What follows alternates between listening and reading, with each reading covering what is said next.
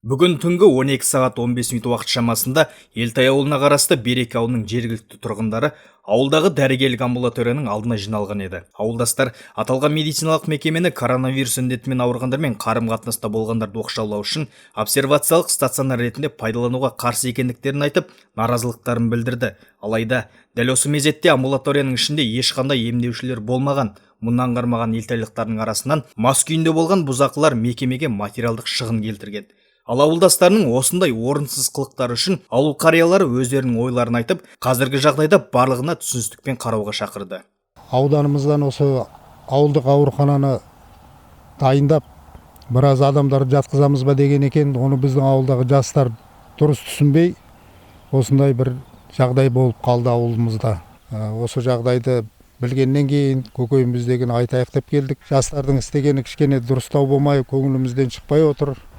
Президентіміз айтып жатыр, елбасымыз айтып жатыр, өзіміздің ауылдың әкімі, ауданның әкімі бәрі осы елім жұртым аман болсын деп, оның ішінде біз де бармыз. Осы біз біргеміз әрқашан.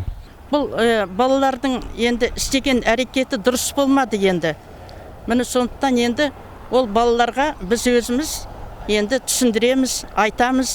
Өз кезегінде Елтай ауылдық округінің әкімі Бекжан Әбжан барлық жағдай қатаң бақылауда болатынын жеткізіп, дәрігерлік амбулаторияда тиісті жұмыстар атқарылып жатқанын айтты. Бұл жерде халыққа айта кететінім, бұл вируспен ауырған азаматтар емес, қарым-қатынаста болған азаматтар.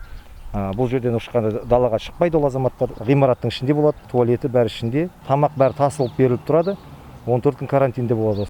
Расымен де ауыл әкімі айтқандай, бұл медициналық мекемеде коронавирус індетімен ауырғандар емес, олармен тек қарым-қатынаста болғандар ғана оқшауланады. Әрине, бұл тек медициналық сақтану шаралары болғандықтан барлығы уақытша болып табылады. Сюжетті дайындағандар Атлана Исаева, Бағдаулет Талиев, Дидар Мұхамадиев.